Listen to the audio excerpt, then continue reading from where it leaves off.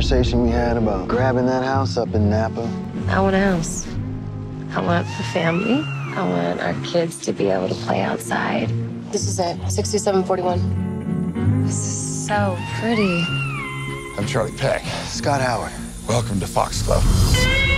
Den amerikanske thriller The Intruder er netop udkommet herhjemme på DVD, Blu-ray og on demand. Filmen handler om et ægtepar, der køber deres drømmehus, men som bagefter udsættes for deres livs mareridt. For den gamle ejer, Charlie, der spilles af Dennis Quaid, har forunderligt svært ved at give slip på sit gamle hjem. Og der går ikke længe, før man begynder at mistænke, at Charlie, bogstaveligt talt, har skeletter i sit gamle hus skabe. I keep hearing this creaking sound. Manny, it's an old house. You just bought the Peck house, right? Yeah. Charlie's quite a guy. Just don't look too close under the mask. His wife died in that house. Mrs. Charlie took Mr. Charlie's shotgun in her mouth. At least that's how Charlie explained it. Dennis Quaid er herligt vild og veloplagt som den maniske Charlie, der på mange måder minder om Jack Nicholson i Ondskabens Hotel. Here's Johnny! Og selvom The Intruder slet ikke når op i samme liga som Stanley Kubricks klassiker, så gør Quaids præstation i sig selv filmen værd at se. Stay away from my wife. Vi talte forleden med instruktøren bag The Intruder, Deon Taylor, og vi diskuterede alt fra gys, gro og indbrud til instruktørens samarbejde med den nyligt afdøde Rutger Hauer, og selvfølgelig også samarbejdet med Dennis Quaid. I love Dennis Quaid's performance in this film. It's such an atypical part for him because I guess I'm used to thinking of Dennis Quaid as sort of like the all-American hero or the all-American dad, you know, films like Innerspace or The Rookie or In Good Company, The Day After Tomorrow, but was that also maybe part of the reason that you wanted to cast him in that role? Because it was sort of an interesting sort of role reversal for Dennis Quaid in particular. Yeah, that was the main reason. You know, when we were making the movie, one of the biggest things for me was as I began to look at who I could get for the movie, and you think about the part, you start going like, oh man, who could be a scary character? And everyone looks scary. So you're like, okay, it's going to be a dead giveaway about this person in the movie. And when I had the idea about Dennis Quaid, I said, oh my goodness, are you kidding me? Like, he's America's dad. Yeah. Right? So it's like you could take a character that everyone loves, that's everyone's coach, that's everyone's good hero, and put him in a role where he can actually flip out. I said, dude, this would be perfect. Something is really off with that guy. Hey, Scott. Hello. Hey, stop drilling holes in my house. It's not your house. And I wrote Dennis Quaid a letter and asked him, would he please come do my movie? He responded, like after 2 weeks, like, and he was telling me how excited he was to do something like this. And it was just a brilliant, beautiful thing for me because we didn't have enough money to pay Dennis Quaid and, you know, all that good stuff. And he was brilliant. Dennis did all of his own stunts. He studied his lines. He really transformed into Charlie Peck.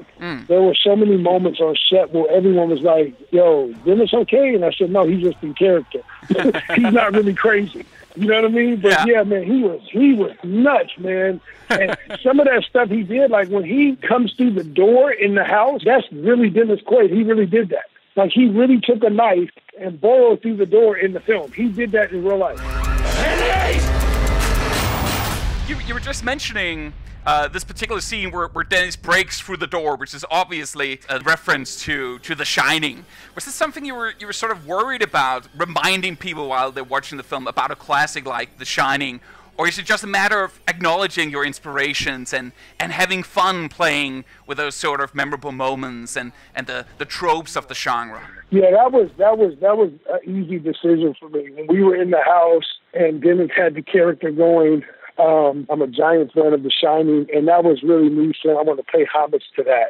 You know, Dennis and Jack are friends, you know what I mean? So it was really a good thank you to the greats for making something that has stained my brain for life. Yeah. Right? And a lot of the moments that were in the film, like the Shining moment with Dennis coming through the thing, the using the knife from Psycho. Those are all things that I was like, man, it'd be really, really cool to have some nice little Easter eggs in here for people to see. You know, especially for today's audience. So you got to remember, those kids that are 17, 18 years old that are seeing The Intruder, most of them have never seen the movies that we're referencing. So it's been kind of cool because I've had people come up to me and say, hey, Deon, I seen The Shining, man. Dang, that's crazy. I've never seen that film. And I seen it because of what you said. You know what I mean? You know, or, damn, that's crazy. That's the knife when the girl opens the shower. I said, yeah, it's the exact same knife. So some of those cool things like that I feel like are really cool to educate people. But at the same time, if you're a filmmaker, man, it's all about, you know, you're not the creator of the wheel. You know, basically, you stand on the shoulders of giants. Yeah. And sometimes you got to make sure you tell people, you know, I'm paying homage to these people that blew my mind when I was younger. You know what I mean? And that's all that was all about.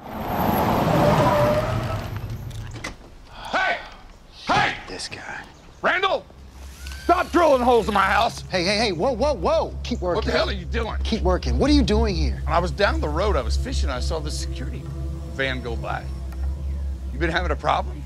I couldn't help but wonder watching the film if you've ever had any crazy moving experiences, not movie, but moving experiences like the couple in the film. No, none of this is treating as The Intruder, but I will tell you this. This is a crazy story here. When I was out on the road marketing The Intruder, I had to be in L.A. for a long time, so I rented a house in L.A. I got an Airbnb house. This you'll love this story. So I'm like actually on the radio in New York doing an interview about The Intruder. I get a phone call on FaceTime from my friend. He's calling me over and over again on FaceTime, and then he texts me like 911. Well, this is why I'm on the radio. Wow. So I go, oh my gosh, I have to step out. I call back on FaceTime. There's like this shaky FaceTime camera going off, and I can hear my friend, Omar, he's like screaming at the top of his lungs, get out of here! Jesus! Get out of here! What are you doing? And I'm like, Omar, what's going on? Omar, and I'm screaming, oh my God, somebody's killing my friend. And he's on FaceTime. So I'm like, I don't want to hang up because if I click over, I don't see what happens. Anyways, long story short, he had went by the Airbnb house for me to get a suit. And when he got there, I hadn't been in that Airbnb place for almost 2 weeks because I had been traveling. When he got there, it was 2 people living in the house. Shit. With my clothes on. What? Yes, dude. This is a true story. Like, he came in and caught him, and they were like wearing my shirts, had my jeans on, my shoes, all my stuff was gone. And they were like running and diving out of the windows. So that's my Intruder story. That really happened. Jesus. So when are you going to turn that into a film? You can empathize even more with your characters now, suddenly. Yeah, I know the pain that they went through now, yeah. Yeah, exactly. You can like tell the actors, come on, you guys, come on, get it together. I mean, I'm speaking for personal experience here. You're not getting the real sense of having been intruded through, you know. Come on, guys. Come on. That's hilarious, man. What are you doing? I'm watching you. We'd sure hate to see you guys have any problems. One of my favorite actors, Rutger Hauer, passed away recently. And I know you co-directed 75, a movie in which he acted. And I just wanted to ask here, do you have any particular standout memories of working with him on that particular shoot? Yeah, Rutger was one of my favorites for a lot of different reasons. When I was first starting out as a self-taught filmmaker, I had no experience whatsoever. I didn't know anything about film. All I knew is that I wanted to make a movie. I put this movie together, 75. I didn't know what the hell we were doing at the time. And we ended up trying to figure out who could be in our film. And I was a giant fan of Blade Runner. All those moments will be lost in time. Like tears in rain. I remember like saying to Brian at the time, the guy that was co-directing with me, I was like, man, it'd be really cool if we get somebody like Rutger Hauer to be in this movie. And he was like, dude, there's no way you're going to get a star to be in this movie. We don't know anybody. And we ended up calling Rutger Hauer's agent at the time. And they passed. They were like, no, thank you. We're not doing anything right now like that. And I remember calling back 2 more times. And I guess the manager was like, look, man, what do you have? And I was like, and he ended up putting me on the phone with Rutger. He was like, this sounds interesting, man. Like, it's really cool. And he was a teacher. People don't know that. And he basically was like, I'm going to come do your movie. And he came and did the film. And while he came and shot our film, he also did, like, workshops. Wow. So while he was down shooting the movie with me, on Saturdays, he would have a group of 15 people in a room with him teaching them about acting. Wow. And I'll never forget that. I'll never forget him.